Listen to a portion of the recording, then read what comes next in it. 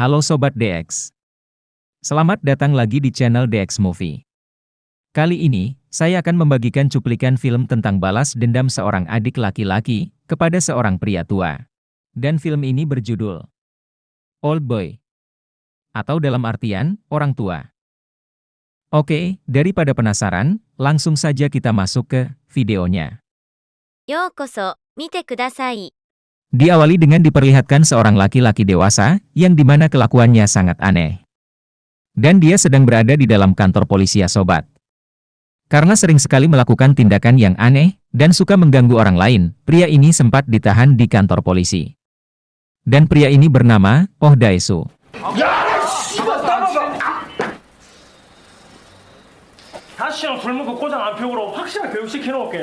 Di suatu hari ada teman dekatnya yang datang ke kantor polisi untuk membebaskan Daesu, dan meminta maaf kepada polisi karena perilaku dari Daesu yang sering bikin ulah. Temannya ini bernama, Joan. Setelah Daesu sudah dibebaskan dari kantor polisi, mereka berhenti sementara di tempat telepon umum untuk menelepon istri Daesu dan juga anaknya. Dan setelah Daesu berbicara dengan istri dan anaknya, tiba-tiba Daesu hilang entah kemana. Temanya pun bingung kemana perginya Daesu kok tiba-tiba hilang.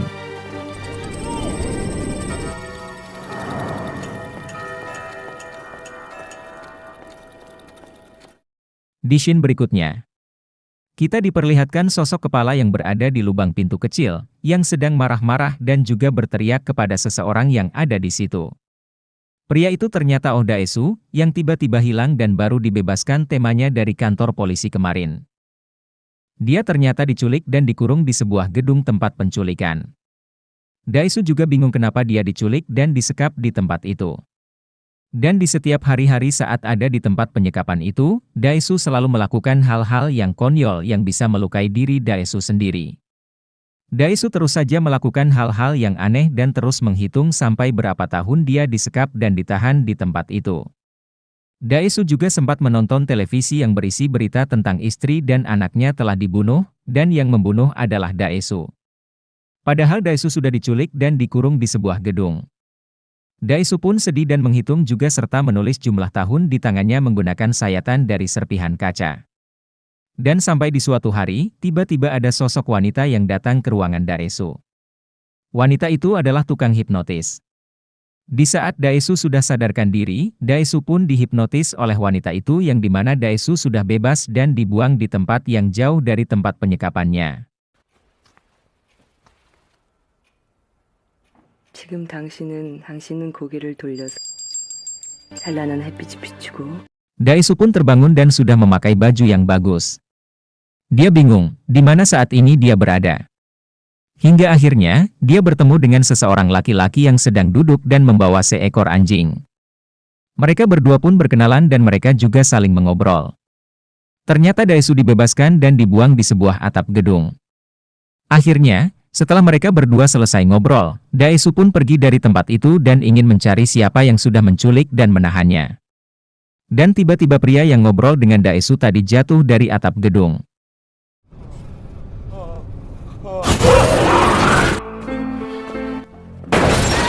Lanjut ke cerita berikutnya. Setelah Daesu berjalan ke sana dan kemari, dan belum juga menemukan tujuan. Daesu pun berhenti dan menatapi seekor ikan hidup yang berada di akuarium. Dan tiba-tiba ada seorang pria yang datang dan menghampiri Daesu, untuk memberikan sebuah dompet yang berisi banyak uang dan sebuah HP.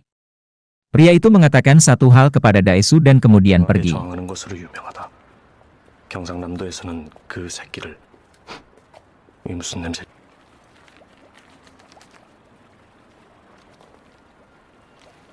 나한테 뭐 물어볼 생각하지 마.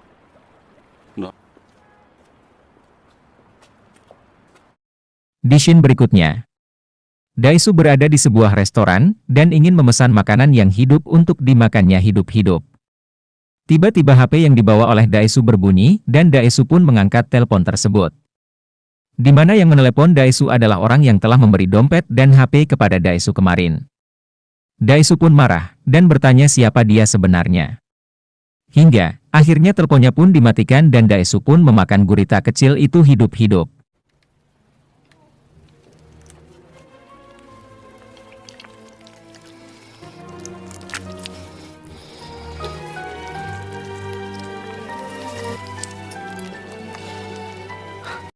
Kita diperlihatkan juga dengan seorang wanita muda yang bekerja di resto itu. Namanya adalah Midu.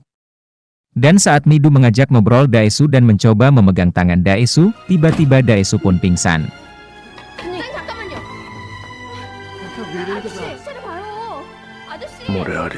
Dan di scene berikutnya, Daesu pun terbangun dari pingsannya dan sedang melihat Midu membaca buku harian Daesu. Daesu pun kaget dan sontak merebut buku yang sedang dibaca oleh Midu. Daesu sedang berada di apartemen milik Midu, dan akhirnya mereka pun saling mengobrol. Daesu mencoba menceritakan kisah hidupnya yang malang kepada Midu, dan juga selama Daesu disekap di sebuah gedung oleh seseorang yang tidak dikenal. Sampai akhirnya, Midu pun ingin membantu Daesu untuk mencari keberadaan orang yang telah menculiknya dulu. Mereka berdua pun terus mencari ke sana kemari tetapi tidak juga berhasil menemukan keberadaan orang misterius tersebut. Hingga akhirnya Daesu pun melihat chattingan Midu bersama seseorang laki-laki yang sedang membahas tentang Daesu. Daesu pun bertanya kepada Midu, siapa laki-laki tersebut. Akan tetapi Midu tidak memberitahukannya. Karena Midu juga tidak tahu pasti siapa orang tersebut, Midu cuma kebetulan bertemu dengan orang itu hanya di internet saja. Pada akhirnya Daesu pun marah kepada Midu, dikiranya Midu bekerja sama dengan orang yang telah menculik Daesu. Daesu pun memutuskan untuk pergi dan mencari tahu sendiri tentang orang tersebut.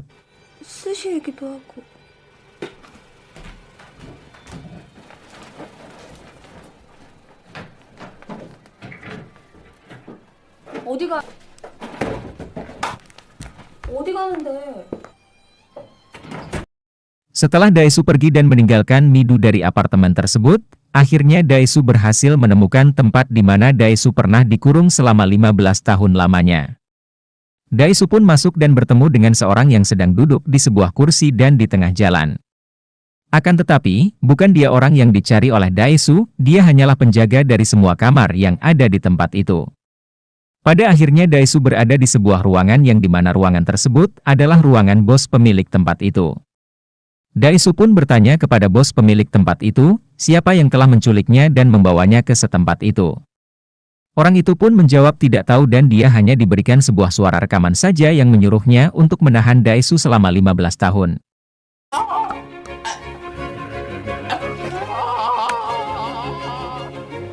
말할래.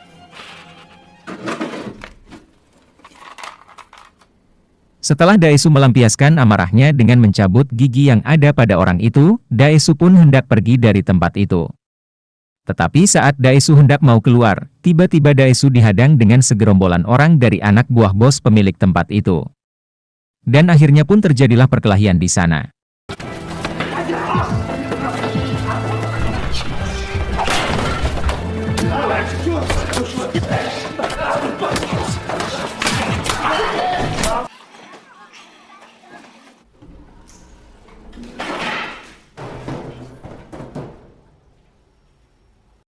Setelah beberapa jam kemudian Daesu berhasil mengalahkan semua orang tersebut, dan Daesu pun terus berjalan dan ingin mencari orang misterius yang sudah melakukan semua ini kepada Daesu.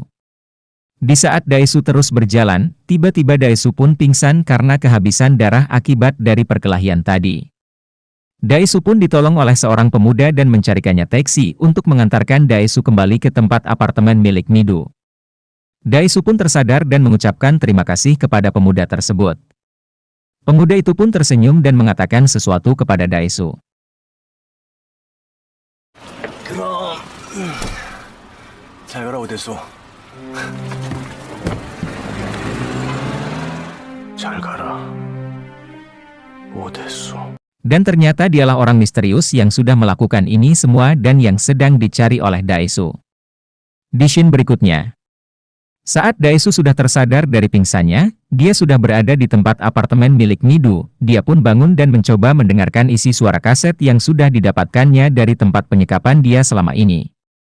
Selama Daesu mendengarkan isi suara dari rekaman tersebut, seakan-akan Daesu jalan hidup Daesu sudah diatur oleh pemuda misterius tersebut. 무슨 죄를 지었길래? 오대수. 그만 자라. 내일쯤엔 주한이. Dan di keesokan harinya, Daesu pun pergi ke warnet milik temannya yang bernama Joan, Saat mereka berdua bertemu, Joan pun kaget dan memeluk Daesu sambil menangis. Kemudian mereka berdua pun saling mengobrol dan Daesu menceritakan semua apa yang telah terjadi kepada dirinya selama ini. Hingga akhirnya Joan dan Daesu berhasil menemukan nama seseorang yang selama ini chattingan dengan Mido.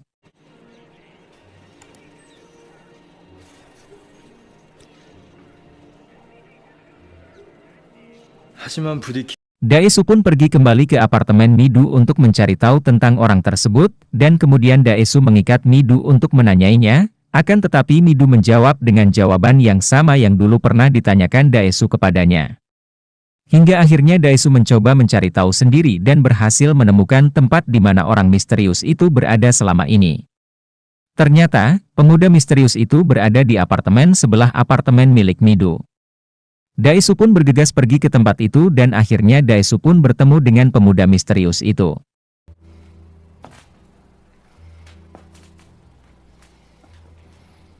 에버그린 이럴라 그러죠? Di saat Daesu sudah kesal dan ingin membunuh pemisah tersebut, akan tetapi pemuda itu berbicara kepada Daesu dan menceritakan kisah hidupnya kepada Daesu. Yang dimana ceritanya tersebut adalah palsu dan pemuda tersebut mencoba menjelaskan kepada Daesu, jika Daesu ingin tahu kenapa selama ini dia disekap dan dikurung selama 15 tahun. Daesu pun diberi waktu 5 hari untuk mencari tahu alasan kenapa Daesu diculik dan dikurung selama 15 tahun lamanya. Daesu pun penasaran dan mencoba menuruti perkataan dari pemuda tersebut. 닥터 홉킨스, 그 모터 리모컨으로도 끌 수 있게 해주세요.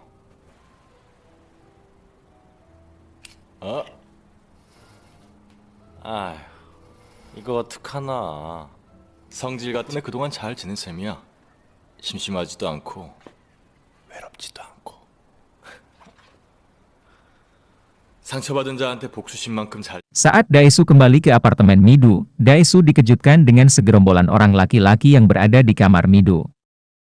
Segerombolan laki-laki itu menyekap Mido dan hendak membalaskan dendamnya kepada Daesu. Yaitu bos dari mereka, yang giginya pernah dicabut oleh Daesu. Saat bos penjahat hendak ingin mencabut gigi Daesu, tiba-tiba datang seorang dengan membawa koper yang berisikan uang banyak sekali. Orang tersebut adalah suruhan dari pemuda misterius tadi. Dia ingin bos penjahat tersebut melepaskan Daesu dan meninggalkan tempat itu. 에?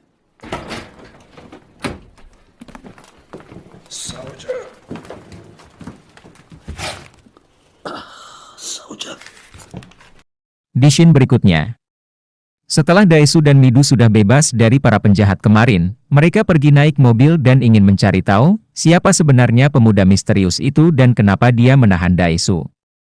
Yang seakan-akan memberikan teka-teki kepada Daesu.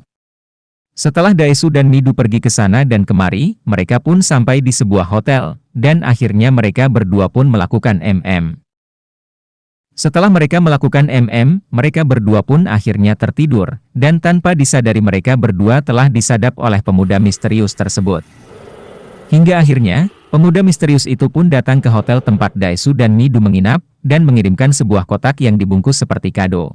Di saat mereka berdua sudah terbangun dari tidurnya semalam, Daesu dan Mido pun terkejut dengan kotak kado yang tiba-tiba berada di kamar mereka. Dan saat kotak tersebut dibuka ternyata isi dari kotak tersebut adalah sebuah potongan tangan, yang dimana tangan itu adalah milik bos penjahat yang sudah dipotong oleh pemuda misterius itu.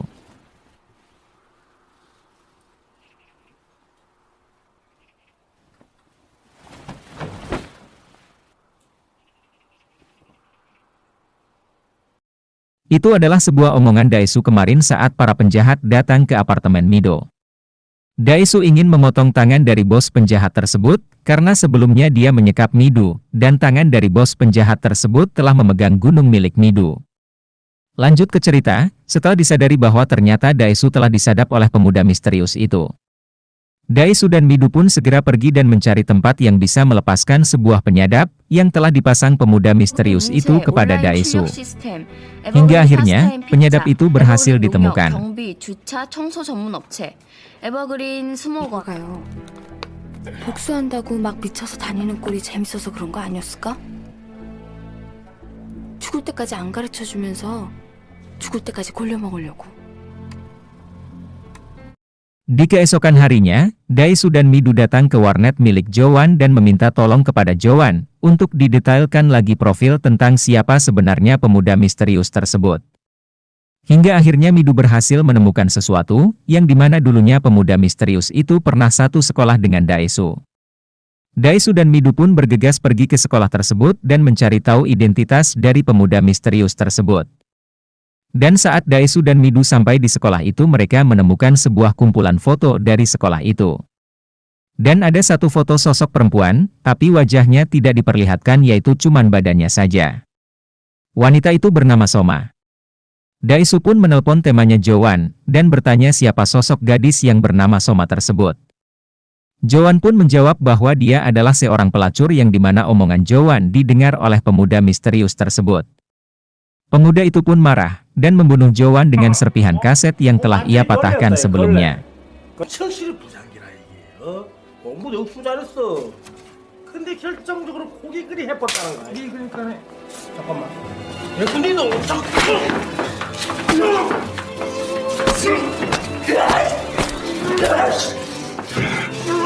Ternyata seorang wanita yang bernama Soma tersebut adalah kakak dari pemuda misterius itu yang telah bunuh diri.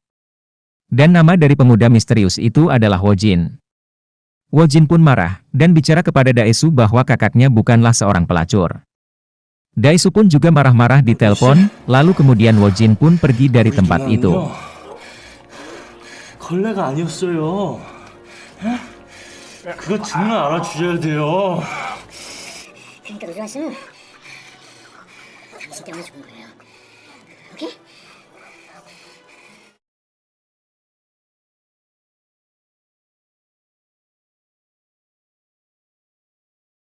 Hingga akhirnya, di keesokan hari Daesu pun pergi bersama Mido ke tempat di mana dulunya Daesu pernah disekap oleh penjahat itu. Daesu pun khawatir bahwa Wojin akan melakukan hal yang tak terduga lagi kepada Mido. Setelah sesampainya Daesu dan Mido di tempat tersebut, Daesu meminta tolong kepada bos penjahat itu agar supaya Mido ditahan di tempat itu. Supaya Mido aman dari Wojin. 7월 5일이 지나도 내가 돌아오지 않으면 쟤 그냥 내보내줘. Di scene berikutnya, setelah Daesu menitipkan Mido ke tempat penyekapan itu, Daesu pun pergi ke sekolah tempat di mana Daesu dan Soma pernah satu sekolah. Yang pada akhirnya Daesu pun mendapati ingatan, bahwa dulunya dia pernah melihat seorang anak laki-laki yang berlari di sekolah tersebut, dan masuk di sebuah ruangan. Di sebuah ruangan tersebut, Daesu melihat anak laki-laki itu sedang melakukan MM bersama Soma. Dan anak laki-laki tersebut adalah Wojin. Daesu pun ketahuan telah mengintip mereka dan dia pun segera pergi dari tempat itu.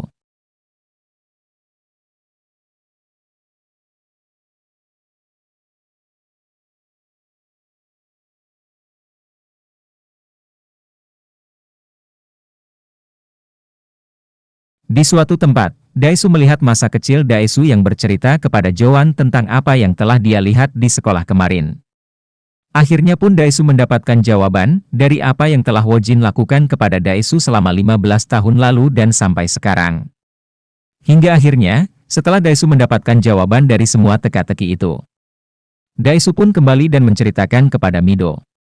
Daesu meminta izin untuk datang menemui Wojin. Yang dimana sudah waktu atau tanggalnya, Daesu diberikan waktu 5 hari untuk mencari tahu tentang teka-teki itu. Daesu pun pergi dan mencari alamat tempat tinggal Wojin. Hingga akhirnya, mereka berdua pun bertemu di sebuah lift tempat tinggal Wojin. Daesu pun berbicara kepada Wojin, tetapi Wojin meminta untuk membicarakannya di atas atau tempat Wojin.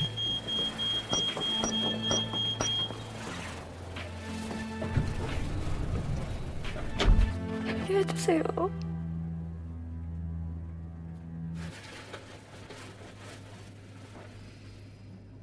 난 누나와 잤다.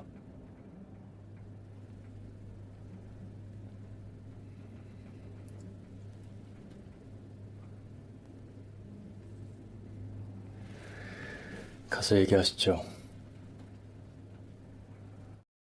Sesampainya di atas, Wojin pun menyuruh anak buahnya untuk menangkap Daesu, akan tetapi Daesu berhasil membunuh anak buah dari Wojin. Daesu pun berbicara kepada Wojin tentang apa yang telah terjadi waktu di sekolah dulu. Akan tetapi jawaban dari Daesu adalah salah. Yang dimana Wojin menyuruh Daesu untuk membuka sebuah kotak. Dan kotak tersebut berisikan foto dari istri Daesu dan juga anak Daesu. Daesu pun melihat foto tersebut sambil menangis dan melihat satu persatu dari foto tersebut.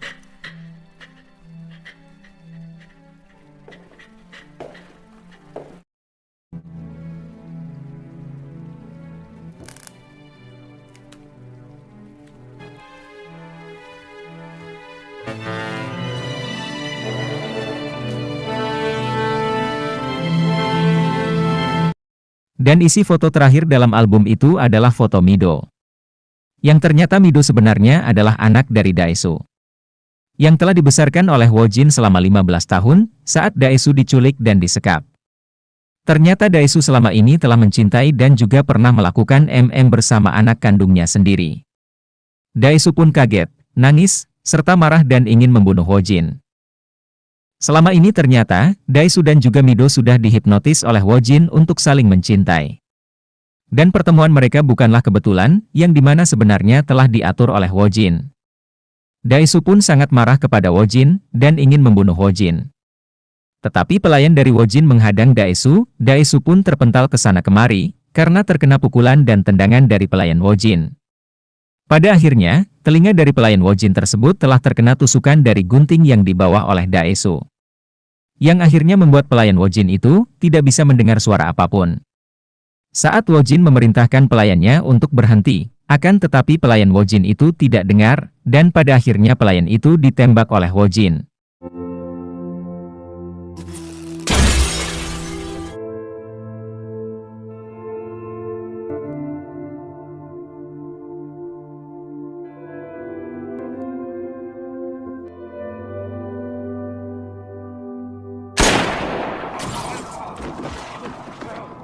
Wojin pun bercerita tentang apa yang dia lakukan kepada Daesu selama ini karena Daesu telah membuat kakaknya mati bunuh diri. Yaitu Soma. Yang dimana Soma tersebut bunuh diri karena tidak kuat dengan omongan-omongan yang mengatakan bahwa Soma adalah seorang pelacur, dan Soma telah hamil. Omongan-omongan yang telah didengar oleh Soma tersebut adalah omongan yang telah Daesu pernah ceritakan kepada temannya waktu sekolah dulu. Yang menyebabkan Soma harus menanggung malu akibat omongan dari Daesu. Yang sebenarnya itu semua tidaklah benar. Dan akhirnya Soma pun bunuh diri, karena tidak kuat mendengar omongan tentang dirinya. Maka dari itu, Wojin pun membalaskan dendamnya kepada Daesu, yang sudah membuat kakaknya mati bunuh diri. Di sisi yang lain, di tempat Mido berada sekarang ini ternyata Mido juga dikirimi sebuah kotak, yang dimana kotak tersebut berisikan tentang foto dia yang masih kecil dan juga Daesu. Ternyata bos pemilik tempat tersebut masih bekerja sama dengan Wojin. Mido pun takut, dan menelepon Daesu tentang kotak yang dia terima dari bos penjahat itu. Daesu pun mencoba menenangkan Mido supaya jangan dibuka dan dilihat isi dari kotak tersebut.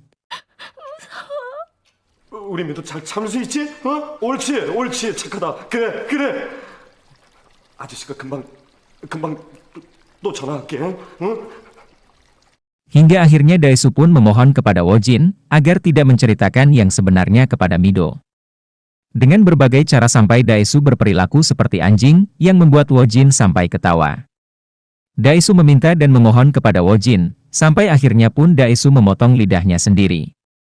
Supaya Wojin memaafkan Daesu dan tidak menceritakan apa yang sebenarnya telah terjadi. Akhirnya pun Wojin menelepon bos penjahat itu agar kotak tersebut tidak dibuka.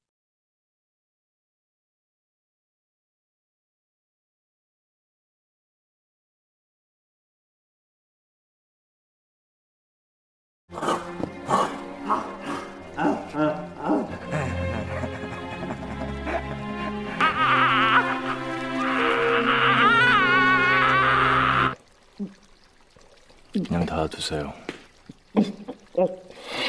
Wojin pun hendak pergi dari tempat itu dan menjatuhkan sebuah alat, yang dimana alat tersebut adalah alat untuk Wojin bunuh diri. Yang pernah Wojin katakan kepada Daesu saat pertama kali bertemu di apartemen sebelah apartemen tempat Mido.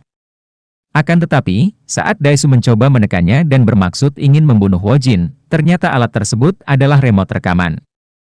Yang isi dari suara tersebut adalah suara dari Daesu bersama Mido saat melakukan MM.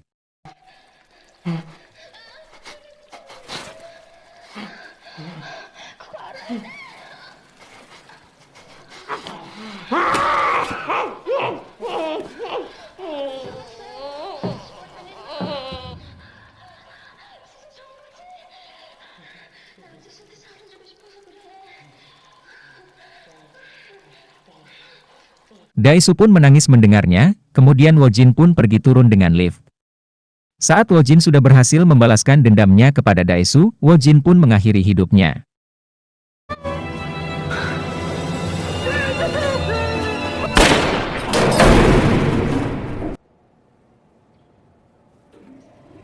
Dan akhirnya film pun tamat.